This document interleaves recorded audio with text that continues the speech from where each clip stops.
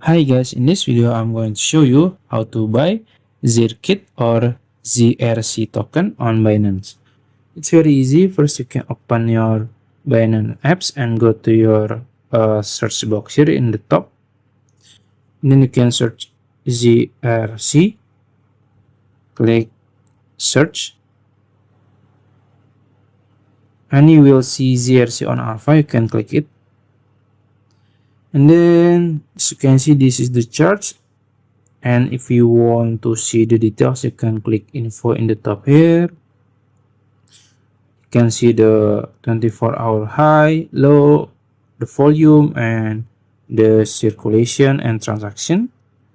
And you can see also the audit. And if you want to buy it, you can just click trade here in the bottom. Then you can choose instant buy or limit. That's it. If you found this video helpful, please like this video and subscribe to my channel. Thank you.